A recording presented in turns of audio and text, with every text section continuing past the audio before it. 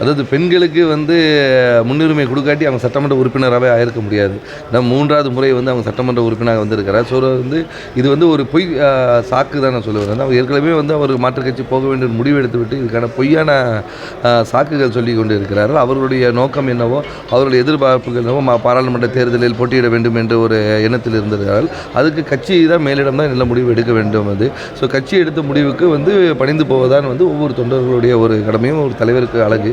அதை அவர்கள் கடைபிடிக்கவில்லை. இது காங்கிரஸுக்கு மட்டுமல்ல, விளவங்கோடு மக்களுக்கு மட்டுமல்ல, எல்லாருக்குமே வந்து ஒரு பெரிய துரோகம் என்று சொல்லுவேன். அப்படிதான் பாராளுமன்ற தொகுதியில் பல வளர்ச்சி பணிகள் பாதிக்கப்பட்டிருக்கு அப்படின்னு ஒரு குற்றம். விளவங்கோடு சட்டமன்ற தொகுதி உறுப்பினர் வந்து தொகுதிக்கே வராதனால தான் பல திட்டங்கள் வந்து தடை செய்யப்பட்டிருக்கிறது. அவர்கள் வராதது வந்து ஊர் மக்கள் எல்லாருக்கும் தெரியும். விளவங்கோடு மக்களும் வந்து ஒரு அதிருப்தியில் இருந்து கொண்டு தான் இருந்தார்கள்.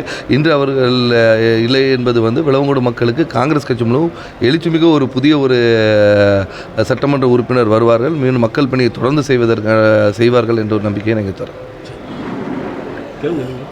மோசமான அனுபவத்தை காங்கிரஸ் நான் வந்து உணர்ந்தேன் அப்படின்னு சொல்லியிருக்காங்க சார். மோசமான அனுபவம் என்றால் அவங்க கேட்டது கிடைக்கலையே என்ற அதை வச்சு குறிப்பிடுறாங்களா என்னன்னு தெரியல. ஏன்னா வந்து விஜயதரணி அவர்களுக்கு வந்து சட்டமன்ற உறுப்பினர் மட்டுமல்ல, இப்போ கொறடாவாகவும் அவங்க இருந்திருந்தாங்க. அவங்க வந்து எல்லாரும் வந்து உயர் பதவிகளுக்கு வந்து ஆசைப்படுவது வந்து தவறல்ல. ஆனால் கட்சி முடிவுக்கு வந்து அடிபணிந்து போக வேண்டும். அதை செய்யாதது காங்கிரஸ் அதை செய்யவில்லை என்றதுக்காக மாற்றுக் கட்சிக்கு போவது வந்து வருத்தத்தை அளிக்கிறது. மோடியின் இது வளர்ச்சி அடையுது இந்தியா அப்படின்னு, மோடியின் செயல்பாடுகளால் இந்தியா வளர்ச்சி அடையுது. தமிழகத்தில் அண்ணாமலை தலைமையிலான பாஜக நல்ல வளர்ச்சியை நோக்கி சென்றிருக்கு அப்படின்னு இன்னைக்கு சொல்லியிருக்காங்க. கண்டிப்பாங்க, புது கட்சியிலே தான் சேர்ந்துருக்காங்க. இது கூட சொல்லாட்டி எப்படி? அதனால் வந்து கண்டிப்பாக இதை பற்றி சொல்லி தான் ஆகணும். இன்றைக்கு பாஜக சேர்ந்தனால் வந்து அண்ணாமலையும் மோடியை பற்றி சொல்லியிருக்காங்க. இதே வேறு ஒரு கட்சியை சேர்ந்தால் அவங்கள பற்றி சொல்லியிருப்பாங்க.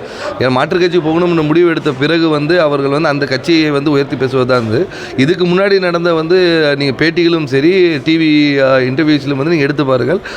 பாஜகவை எப்படி விமர்சித்தார்கள் என்பதை வந்து நீங்கள் எல்லாரும் பார்க்க வேண்டியது இருக்குது. அதை பார்த்துட்டு அவங்க இணைந்து இதை பற்றி நீங்கள் பேசுங்க.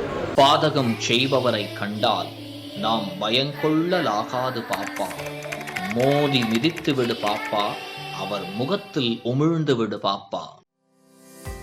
அண்மை செய்திகளை உடனுக்குடன் தெரிந்து கொள்ள இணைந்திருங்கள் இயம்நாடு தொலைக்காட்சியுடன்.